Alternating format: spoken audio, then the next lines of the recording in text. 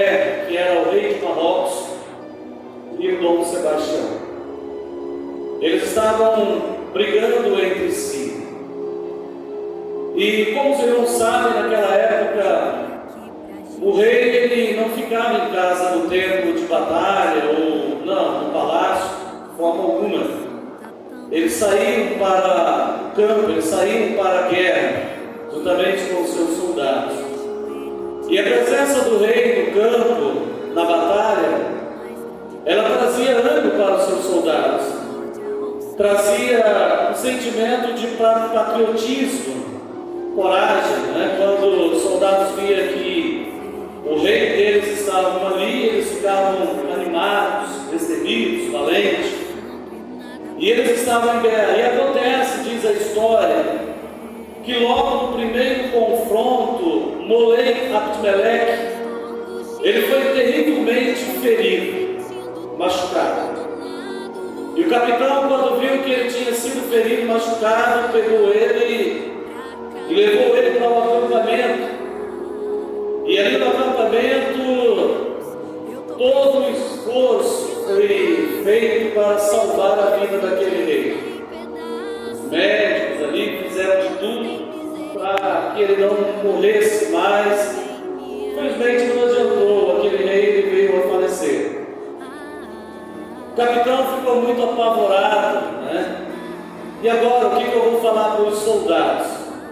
Dizer aos soldados que nosso rei morreu vai trazer uma apatia, um desânimo muito grande, e eles vão ficar desanimados, né, diante da situação. Então ele teve, pastor Edson, uma brilhante ideia, uma ideia um tanto inusitada.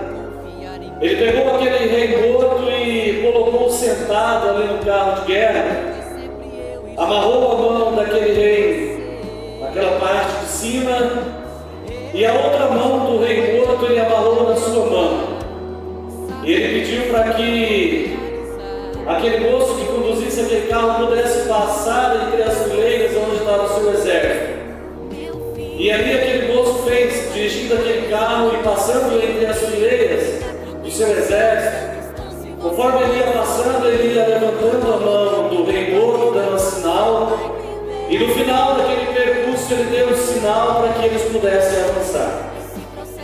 Então aqueles soldados, tomados de um espírito, né, de guerreiros, de ânimos, eles partiram para cima do seu adversário. Alcançaram Molei Abdmeleque, derrotaram. Alcançaram Dom Sebastião, também derrotaram. E depois, quando eles voltaram para o acampamento, né, celebrando ali a sua vitória, foi que o capitão revelou a eles que eles tinham vencido a guerra pelo braço de um rei morto. É uma história um tanto curiosa, né? Quando eu olho para essa história, quando eu li essa história, e estudando o capítulo 7 do livro de Romanos, eu vejo que essa história tem um grande paradoxo no capítulo 7 de Romanos. Existem muitas particularidades. Interessante que quando a gente começa a estudar o capítulo 7 de Romanos, a gente percebe que esse capítulo ele está dividido pelo menos em 3 partes. A primeira parte ela vai do versículo 1 até o versículo de número 4. E nessa parte Paulo começa falando acerca de uma analogia do casamento. Mas Paulo ele não está interessado em falar de casamento. Ele apenas usa uma analogia, é uma figura. Paulo ele quer trazer um ensinamento para nós que assim como o matrimônio ele é vitalício, ele é insolúvel, né? Ele diz que no versículo 3 que quando um dos cônjuges morre, a outra pessoa ela está liberada para se casar de novo. E Paulo faz isso uma aplicação a nós, dizendo que a lei é o marido e nós somos a esposa, né? Ele explica bem isso no versículo 13 do capítulo 5. Portanto, quando nós morremos em Cristo, nós estamos livres novamente para se casar com a graça. Quem está entendendo, diga amém. É um pouco complexo, eu vou falar bem devagar para a gente não se perder. A segunda parte, a segunda divisão do livro de Romanos, ela vai do versículo de número 4 até o versículo de número 12. Nesse trecho, Paulo vai falar sobre o pecado e a lei. O interessante é que Paulo ele abre essa sessão dizendo assim: olha, porventura a lei é má? E ele mesmo responde no versículo de número 12 do capítulo 7, de forma alguma. A lei ela é boa, ela é santa, porque foi dada no monte, e ela é justa. Mas ele continua o seu raciocínio, desenvolvendo os seus ensinamentos, dizendo: porém, ela não justifica. Eu acho interessante isso, irmãos. É interessante porque é como se você estivesse andando em algum lugar e você vê uma poça de água que está há muito tempo parada. Você olha para aquela poça de água, ela está limpa, está limpinha. Se você pegar uma vara e começar a bater nela, logo ela vai ficar suja, ela vai ficar barrenta. Paulo está dizendo que é mais ou menos assim: olha, eu não conhecia o pecado se não fosse pela lei. Ela deslumbrou o pecado, ela apontou o pecado, só que ela não justifica, ela não pode resolver o problema do pecado. É interessante esse texto. E quando nós entramos agora no versículo 15 até o versículo de número 25, é onde eu quero trazer uma reflexão para os irmãos, é que Paulo vai falar na terceira parte, na terceira divisão desse capítulo, sobre a atualidade da alma do cristão, ou a atualidade do cristão. É interessante isso, porque Paulo vai falar sobre a velha natureza e a nova natureza. Todos nós sabemos que essas duas naturezas elas são recebidas por dois processos de nascimento. A velha natureza nós recebemos fisicamente quando nós nascemos, recebemos a natureza adâmica, a natureza caída. E a nova natureza nós recebemos quando aceitamos a Jesus como nosso Salvador. Quando nós aceitamos a Cristo e nos batizamos, nós crucificamos o velho homem, como está lá em Romanos capítulo 6 e o versículo de número 6. Mas se enganam, irmãos, aqueles que pensam que esse velho homem que está crucificado e que a cada dia ele precisa ser mortificado, ele vai nos deixar em paz, de forma alguma. Ele tenta a todo momento ressurgir e sufocar a nossa experiência religiosa. E não são poucos aqueles que, por falta desse entendimento, desse conhecimento, de se conhecer, de saber que dentro de nós existe uma batalha espiritual, uma batalha mental, uma batalha corporal. Não são poucos aqueles que deixam que o velho homem ferido, o velho rei ferido, possa matar o novo homem. Quem está entendendo, diga glória a Deus. Quantos exemplos nós temos da Bíblia, e exemplos de vida que você conhece, de pessoas que eram bênçãos na mão de Deus, mas que de repente o novo homem foi ferido e morto pelo velho homem, por um descuido ou por não se conhecer. Em nenhum lugar da Bíblia você vai encontrar velha natureza ou nova natureza. Em lugar nenhum. Mas a ausência desses termos não quer dizer que essa doutrina não exista. Assim como a doutrina da Trindade, em lugar nenhum da Bíblia você vai encontrar falando sobre a Trindade. Mas não é porque não está lá que não existe essa doutrina. Ela está em todas as páginas da Bíblia. Todos nós somos trinitarianos. Acreditamos em um Deus Pai, um Deus Filho, um Deus Espírito Santo. E isso está evidente nas páginas da Bíblia, né? Assim como essa doutrina, também você não encontra essas palavras, mas ela está presente. Eu quero deixar bem rapidinho para os irmãos alguns textos. João capítulo 3 e versículo 3 está escrito: Jesus respondeu e disse: na verdade te digo, que aquele que não nascer de novo não pode ver o reino de Deus. Duas naturezas, velha e nova, só pode nascer aquele que morreu. Romanos capítulo 8, versículo 6: porque a inclinação da carne, velha natureza, é morte, mas a inclinação do Espírito, nova natureza, é vida e paz. 2 Coríntios capítulo 2, 14 ao 15: ora, o homem natural, velha natureza, não pode compreender as coisas do Espírito, porque isso lhe parece loucuras e não pode entendê-las, porque elas se discernem espiritualmente, mas o que é espiritual discerne. Nova natureza. Efésios 4, 22 a 24: que quanto ao trato passado vos despojeis do velho homem, velha natureza, que se corrompe pela consciência do engano, e vos renoveis do Espírito na vossa mente, e vos revestis do novo homem, nova natureza. Colossenses capítulo 3, 9 e 10: não mintais uns aos outros, porque vocês já despistes do velho homem com os seus feitos, e os vestis do novo que se renova para o conhecimento segundo a imagem daquele que nos criou.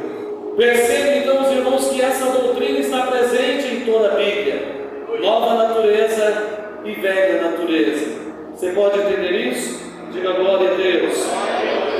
Por que é tão importante a gente estudar esse capítulo e conhecer essas naturezas?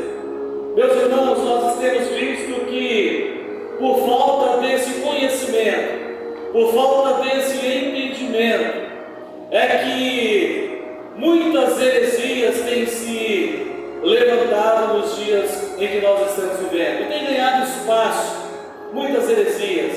Eu quero citar apenas três que têm ganhado muito espaço no nosso tempo. A primeira delas é uma expressão que está se usando muito nos dias em que estamos vivendo, que é o cair da graça. Esse é um pensamento filosófico que traz o ensinamento de que quando uma pessoa ele peca num todo, por não fazer a distinção entre essas duas naturezas. Esse pensamento diz: olha, quando alguém peca, ele peca como um todo, a velha e a nova natureza.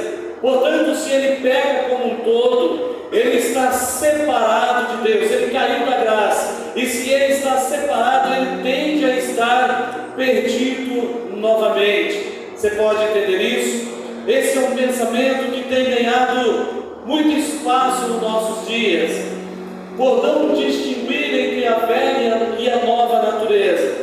Mas o que é que a Bíblia nos ensina a esse respeito? Está lá em 1 João, no capítulo 3, o versículo 9. A palavra do Senhor vai nos dizer que a nova natureza, ela é incapaz de cometer pecado. Lá está escrito assim: qualquer que é nascido de Deus não comete pecado, porque a sua mente permanece nele, e ele não pode pecar porque é nascido de Deus. Quem está entendendo, diga glória a Deus. A semente aqui, irmãos, é a vida divinamente concedida pelo Espírito, o qual falaremos daqui a pouco. Então ele está dizendo: olha, qualquer que é nascido de Deus não comete pecado. Então a Bíblia está nos ensinando que quando nós pecamos, não é a parte da nova natureza que peca, mas a velha natureza que está em nós. Quando nós pecamos, é a velha natureza que predominou, que ganhou espaço. Portanto, quando isso acontece, não quer dizer que nós estamos separados, que caímos. Se você gritar: Senhor, perdoa os meus pecados, João, lá está escrito: olha, filhinhos, não pequeis. Mas se alguém pecar, temos um advogado, Jesus Cristo. Isso é graça, favor não merecido. Então, quando nós pecamos, você pode dizer: Senhor, me perdoa, e o Senhor vai perdoar a sua vida. Você pode entender isso? Pode levantar a sua mão e glorificar o nome do Senhor. 1 João capítulo 5, versículo 18 18 está escrito: sabemos que todo aquele que é nascido de Deus não peca, mas o que de Deus é gerado conserva-se a si mesmo, e o maligno não lhe toca. Portanto, quando nós pecamos, não é a nova natureza, mas a velha natureza que predominou. Portanto, se você pedir perdão, Ele perdoa os seus pecados. Você pode levantar a sua mão e glorificar a Jesus? Talvez alguém lendo esses dois versículos pode dizer: pastor, mas o senhor está defendendo a doutrina da perfeição sem pecado. Não, não é isso. E a palavra de Deus também não defende esse pensamento. Ou seja, é possível um cristão viver sem pecado? Não, é claro que não. Todos nós pecamos, mas quando nós pecamos, nós temos a consciência de que se nós pedirmos perdão, Ele é fiel e justo para perdoar os nossos pecados.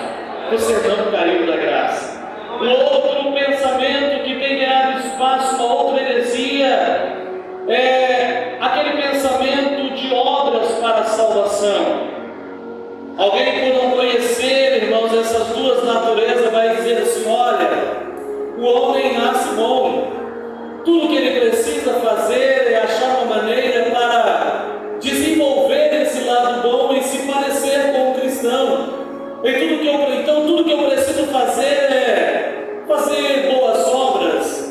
Mas isso é uma das grandes mentiras de Satanás, é uma das grandes enganos. O homem pensar de fazer algumas coisas para tornar a sua velha natureza boa. A Bíblia é categórica em nos afirmar, irmãos, ela é enfática em nos afirmar que a nossa velha natureza, ela é má. Não há nada que você possa fazer que vai melhorar essa velha natureza. Você pode entender isso? Não há nada. As boas obras, irmãos, ela não pode melhorar essa velha natureza. A salvação não pode ser conquistada por obras de forma nenhuma. Efésios capítulo 2, versículo de número 8. Nós somos salvos pela graça, mediante ao que? Ao sacrifício de Jesus. Isso não vem de nós, é dom de Deus, não vem dos homens, para que Ele se glorie. Eu sou salvo pela graça. Você pode entender isso? Não por obras. Não é fazendo obras que eu vou ser salvo, não. Eu não preciso fazer obras para me salvar. Eu faço obras porque eu já sou salvo. As obras é uma consequência da salvação em mim, mas não é um requisito para que eu possa alcançar a salvação em Cristo. Uma outra filosofia, um outro pensamento que é difundido por não se conhecer essas duas naturezas, é uma visão fatalista da santificação. Esse pensamento vai dizer: olha, se Paulo, que está dizendo, o bem que quero fazer não consigo, porque o mal está comigo, a minha carne, ele vai ter esse dilema todo. Ele está dizendo: olha, eu sou um homem miserável porque não consigo fazer o bem. Então esse pensamento vai dizer: por que é que eu vou perder tempo me abstinendo de algumas coisas para me santificar, sendo que eu sei que amanhã eu vou pecar de novo? Eu peco hoje, eu peco amanhã, eu peco depois. Então não precisa me santificar. É uma visão fatalista da santificação, mas é pelo contrário, irmãos. Pelo contrário, quando nós conhecemos essas duas naturezas, nós sabemos que a velha natureza nos arrasta para baixo, mas a nova natureza em mim, doada pelo Espírito de Deus, ela me arrasta para cima. A velha natureza me arrasta para baixo e a nova natureza me arrasta para cima. Faz eu desejar Deus, faz eu querer Deus, faz eu querer mais e mais me santificar para Deus. Você pode levantar a sua mão e glorificar o nome de Jesus Cristo. Louvado e agradecido ao nome do nosso Deus. Agora, irmãos, eu quero deixar apenas 3 pontos que eu acho interessante aqui com o apóstolo Paulo nesse texto. Depois a gente fazer aí uma breve introdução sobre velha e nova natureza. Não esgotamos o assunto, isso aqui você vai estudar muito acerca desse assunto. Mas eu quero destacar 3 pontos que eu acho importantes nessa argumentação de Paulo, no capítulo do capítulo 7, versículo 15 ao versículo 25. Olha só, se você está com a sua Bíblia aberta, observe o versículo 14, quando ele diz assim: porque o bem, sabemos que a lei é espiritual, mas eu sou carnal. Ele diz: olha, eu sei que a lei é espiritual, mas eu sou carnal. Versículo 18, ele diz assim: porque eu sei que em mim, isto é, na minha carne, não habita bem algum. Agora observe o versículo 20, quando ele diz: ora, se eu faço aquilo que não quero, já não faço eu, mas o pecado que habita em mim. Agora observe o versículo 24, quando ele diz: olha, miserável homem quem sou. O primeiro ponto que eu quero destacar aqui, irmãos, nesse confronto, é que Paulo ele tinha consciência de quem ele era. Você pode glorificar o nome do Senhor por essa palavra?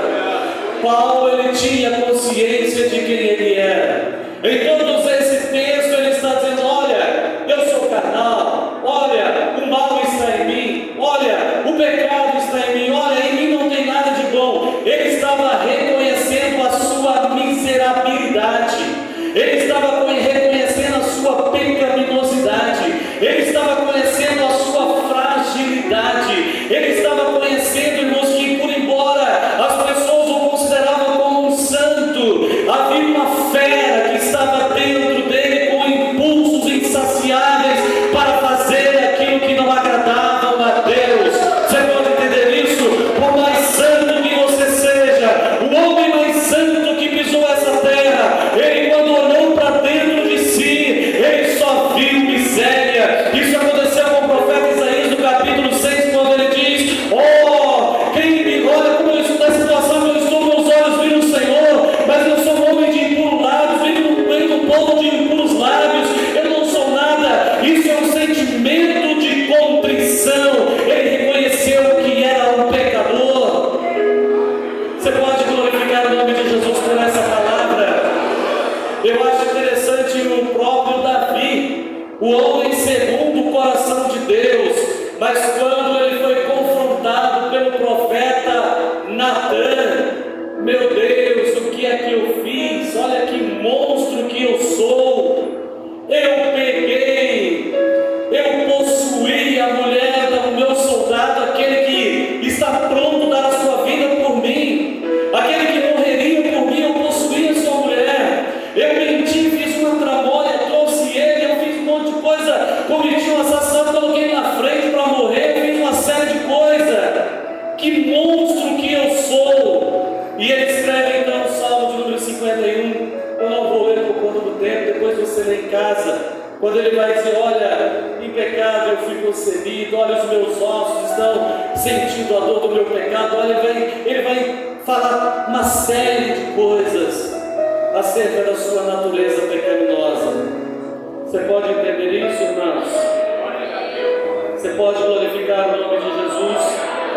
E lá no final, a partir depois que ele teve esse conhecimento de si mesmo, ele vai olhar para dentro de si, no Salmo 139, versículo 23, ele vai olhar para dentro dele, ele vai mudar a sua oração, e ele vai orar assim: sonda-me, ó Deus, conhece o meu coração, prova-me e conhece os meus pensamentos, vê se há em mim algum caminho mau e guia-me pelo caminho eterno.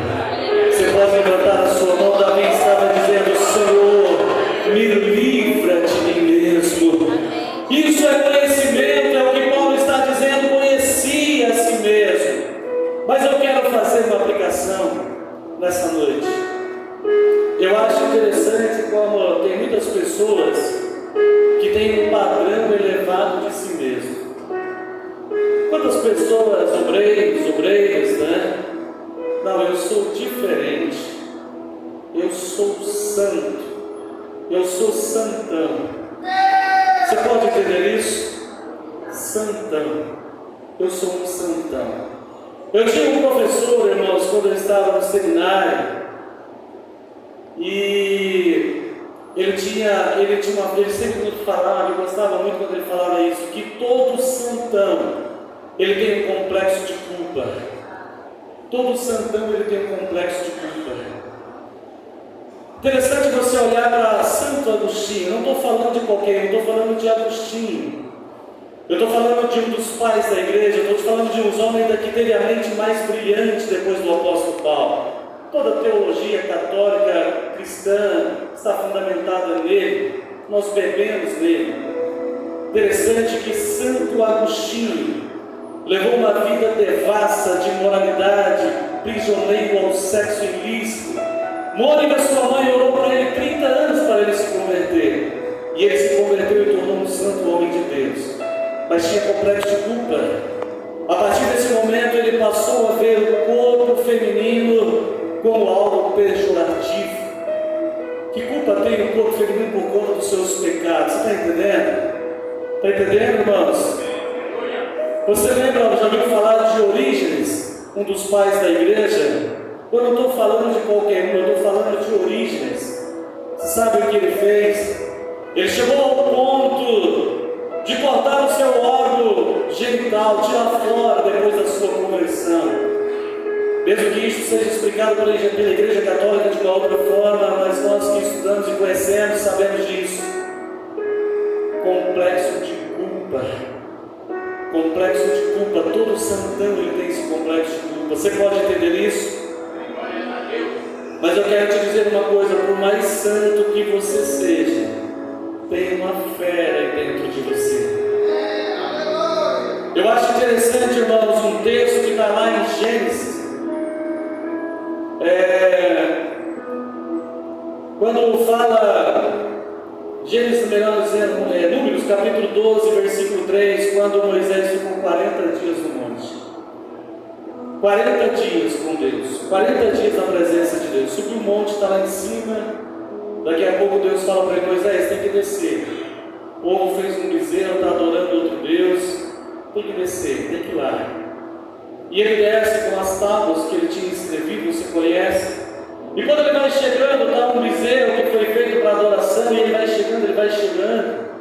E quando ele vai chegando lá, que ele vê aquela bagunça toda, você conhece a história, a Bíblia diz que ele se irou. O homem estava 40 dias na presença de Deus e ele se irou. De Moisés quebrar o bezerro e fazer um caldo, cacinhos e dar para as pessoas comer, beber, é compreensível. Agora, num ato de ira, de descontrole, de desequilíbrio, ele quebrar a lei, os mandamentos, mostrou o desequilíbrio. Você concorda comigo? Você imagina o pastor vir pregar e ele ficar meio bravo por conta de alguma situação de alguns irmãos que está deixando ele careca, ele subir aqui em cima e pegar a Bíblia e rasgar e jogar no. Você vai falar: ele está desequilibrado. Por mais santo que você seja, tem uma fera dentro de você. Você pode entender isso? Eu quero fazer uma aplicação. Você sabia? Aqui não tem, mas por aí tem. O nosso ministério não tem, mas por aí tem.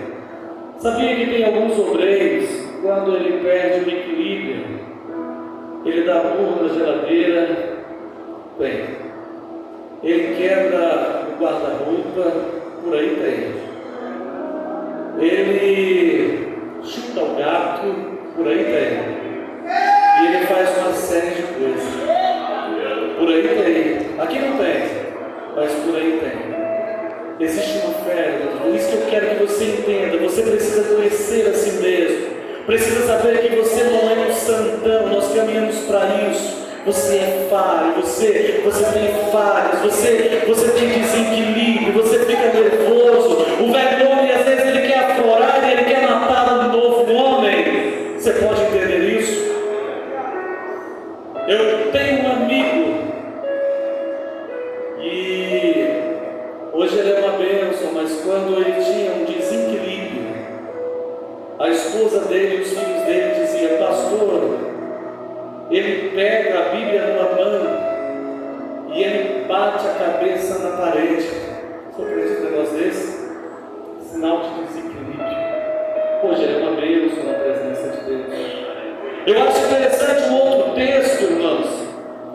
Um outro texto que está lá no livro de Marcos, capítulo 9, 54. 54:56, Jesus ele manifestou um desejo de ir para Jerusalém. Primeiro queria passar em Samaria, mandou os discípulos ir na frente, prepara tudo para minha cruzada, prepararam o hotel, fizeram tudo ali, e os discípulos ali. E quando Jesus chega em Samaria, não deixaram Jesus pregar e nem pernoitar. Os discípulos ficaram descontrolados. E a Bíblia diz que profeta do amor, João, profeta do amor, assim como Moisés, a Bíblia diz em Números, se não me falha a memória, que ele era o homem mais manso e mais humilde de toda a terra.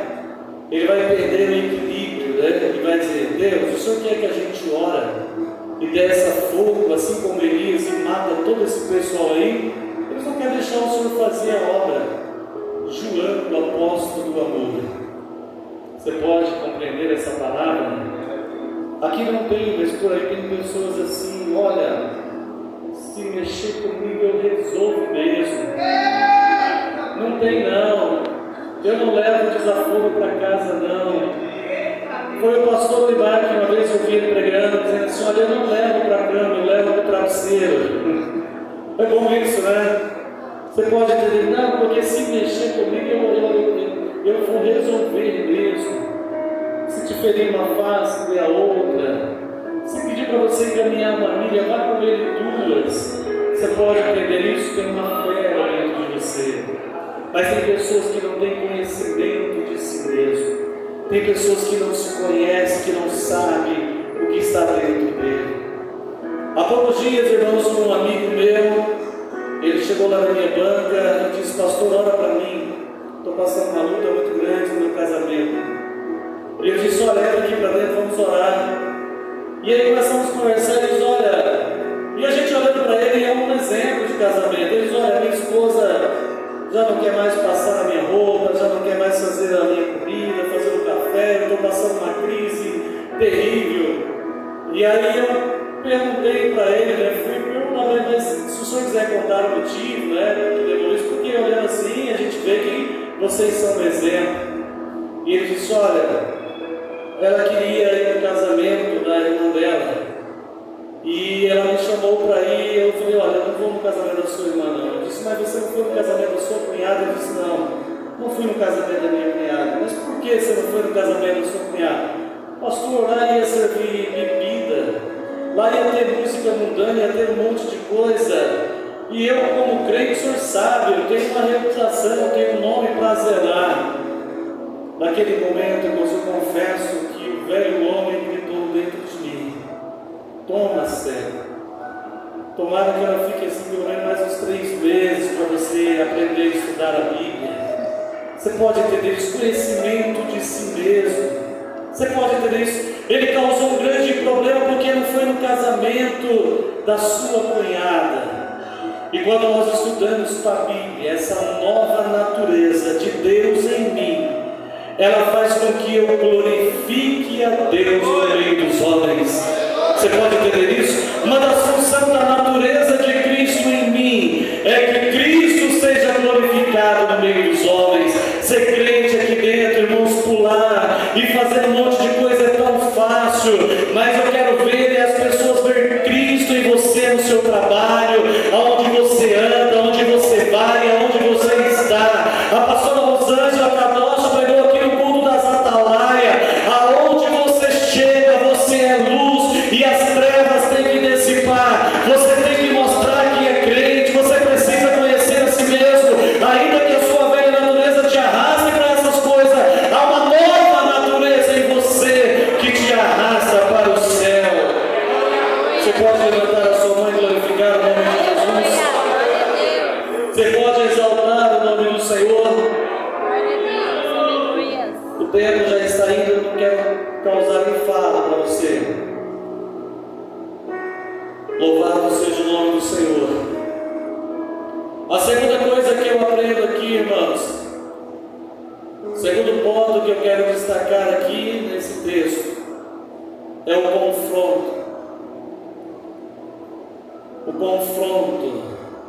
Observe o versículo 15: porque o que faço eu não aprovo, Pois o que quero, isso não faço, mas o que aborreço, isso faço.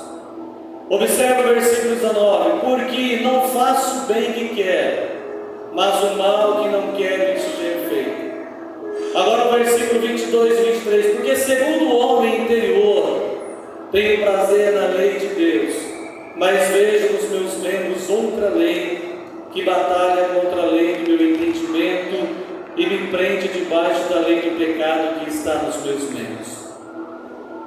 O nosso maior inimigo, irmãos, não é o nosso adversário. O nosso maior inimigo não é Satanás. Satanás é um adversário externo. Se você abrir e der espaço, ele entra, né? E aí ele faz um estrago. Mas o nosso maior adversário somos nós mesmos. O mal que está em nós, o mal que nasceu em nós. O que destrói o homem não são as coisas de fora externas, mas aquilo que está dentro de nós. Você pode glorificar o Senhor por isso? Paulo vai dizer que esse conflito ele começa no homem interior. Interessante que, biblicamente falando, nós sabemos que o homem ele é um ser tricotômico. Ele é formado de uma alma, corpo e espírito. Você conhece, já aprendeu isso? O homem interior do que Paulo fala aqui, ele é formado pela junção da alma e do espírito, que é a parte imaterial. Embora estejam ligados e inseparados, estejam unidos, tanto dentro como fora do corpo existe uma diferença, e isso está lá em Hebreus capítulo 4, versículo 12. Porque a palavra de Deus é viva e eficaz e mais penetrante do que a espada de dois gumes, e penetra até a divisão da alma e do espírito. O trabalho da alma é orientar a vida do corpo, buscando contato com o mundo ao seu redor, aquilo que é tangível, aquilo que é palpável. Já o espírito do homem é aquela parte que Deus implantou, né? Você conhece, já aprendeu sobre isso, lá na criação, quando Deus formou o homem, e Deus soprou um nefesh, o hálito de Deus, e ele se tornou alma vivente. Você conhece isso? Aquele sopro de Deus foi a outorga do Espírito, e é a parte humana que procura conhecer a Deus. A alma ela está ligada à sede das emoções, como por exemplo, você conhece? Inteligência, vontade, desejo, intelecto, paixões, temperamento e assim vai. É a parte que busca contato com as coisas exteriores. O Espírito é a parte de Deus em nós que almeja e anseia por Deus. Então você percebe que o apóstolo está dizendo assim, que essa guerra começa nesse homem interior, pois a sua alma, que é a sede das emoções, procura por essas coisas, enquanto que o Espírito procura pelas coisas de Deus. Você pode glorificar a Jesus? Partindo desse pensamento, irmãos, nós podemos afirmar que o cristão ele vive em dois mundos, não é? Ao mesmo tempo, o mundo físico e o mundo espiritual. Ele vive uma tensão de guerra, de luta. Ele vive numa tensão de batalha, o velho homem contra o novo homem, o espírito contra a carne. E é interessante que Paulo vai apresentar em Gálatas capítulo 5, versículo 17, alguma das obras, alguma das inclinações dessa luta, dessas obras da carne. E lá em Gálatas 5,17, Paulo apresenta essa relação e diz: olha, porque as obras da carne. As obras aqui, Paulo usa uma palavra grega chamada ergon, que significa trabalho, porque o trabalho gera obras da carne. Ele vai dizer que o que são essas obras? São manifestas, são adultério, fornicação, impureza, lascívia, idolatria, feitiçaria, inimizade, porfias. E aí ele vai dar uma lista muito grande, depois você lê. E nós podemos encontrar outra lista semelhante, está aí na folhinha que eu dei para você. E diante desse confronto entre o velho e o novo homem, entre essa inclinação e a nova inclinação, Paulo vai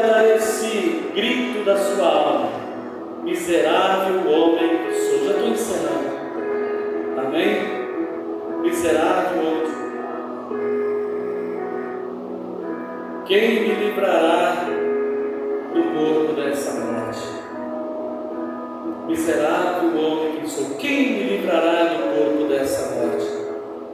Interessante, irmãos, que aqui os estudiosos eles se dividem em duas correntes para explicar o que é esse corpo da morte. Tem uma corrente de interpretação que defende que Paulo está fazendo alusão a um pensamento que havia dentro das comunidades judaicas daquele tempo, que dizia que o corpo é perecível e traria pesar para a alma.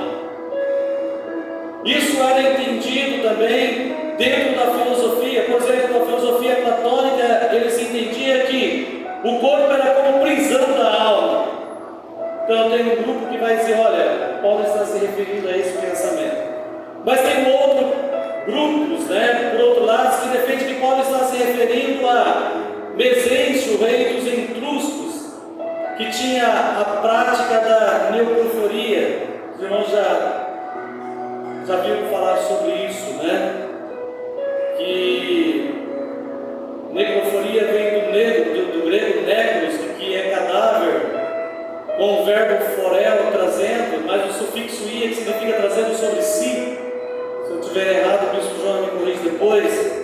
Então os etruscos tinham essa prática, quando alguém cometia algum crime doloso com intenção, ele pegava a pessoa que ele tinha matado, o cadáver, e amarrava nas costas ali da pessoa que tinha matado, e aquele corpo ia apodrecendo ali, e o destino daquele que estava com o corpo amarrado sobre si era igual, ele também ia perecer. Por isso que Paulo diz, miserável homem que sou, quem me livrará do corpo dessa morte? Essa segunda introdução, esse segundo grupo de estudiosos parece mais coerente, e eu defendo também e entendo que Paulo está se referindo a isso. Miserável homem que sou, quem me livrará desse cadáver? Quem me livrará do corpo dessa morte? E aí Paulo ele vai dizer, irmãos, no capítulo 25, ele vai destacar o terceiro ponto, e eu encerro aqui. Ele vai falar sobre o consolo, mas graças a Deus, por Jesus Cristo, nosso Senhor. Olhando para esse texto, eu pude enumerar 5 pontos pelo qual Paulo agradeceu a Deus.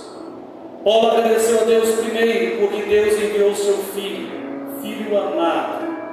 Não foi outra coisa que Deus enviou. Então Paulo está dizendo, eu dou graças a Deus por Ele ter enviado o seu Filho, o Filho que Ele amava. Segundo ponto, Ele veio encarnado. Ele não veio em aparição, mas Ele veio em semelhança de carne pecaminosa. Paulo está dizendo, olha, Jesus veio com 2 naturezas, divina e a carnal, mas Ele venceu na sua natureza carnal, então nós também vamos vencer. Deus enviou o seu Filho como oferta para os nossos pecados.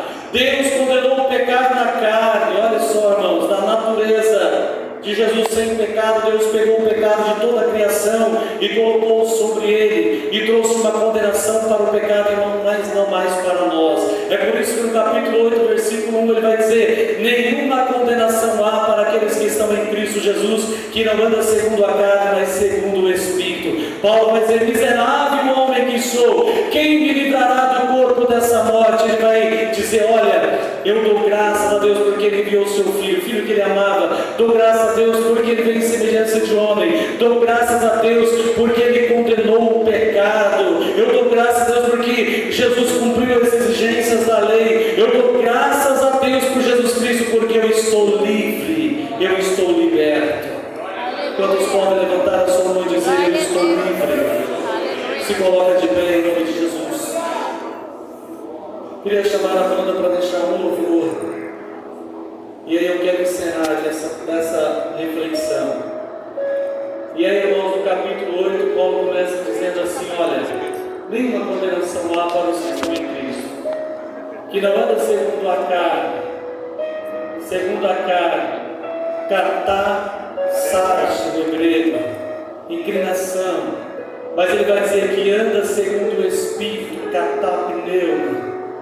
Interessante, irmãos, que no versículo de número 7, capítulo 7, Paulo ele vai falar apenas uma vez do Espírito de forma indireta. Apenas uma vez. Já no capítulo de número 8 vai aparecer 30 vezes a palavra Espírito Santo. Ele diz: olha, a inclinação da carne me leva para baixo, me leva para as coisas que me afastam de Deus. Mas a inclinação do Espírito me leva para perto de Deus. Você pode entender isso? Ele vai dizer: olha, no capítulo 7, a carne me levou para baixo, para as mais profundezas. Mas o Espírito ele me leva para cima. É por isso que o capítulo 8, irmãos, de Romanos, ele é considerado como Pentecoste. Porque nesse capítulo Paulo vai falar do Espírito cerca de 30 vezes. 30 vezes do Espírito Santo. E eu acho interessante que Paulo ele vai, do 1 até o 17, ele vai falar sobre 5 características do ministério do Espírito Santo. Quero deixar para você bem rapidinho. Primeiro, o ministério do Espírito Santo em nós, mente de Cristo. Segundo, habitação de Cristo. Terceiro, testemunho visível. 4, santificação radical. 5, esse é maravilhoso, irmãos, ele nos ajuda com gemidos. E 6, ele nos adotou como filho.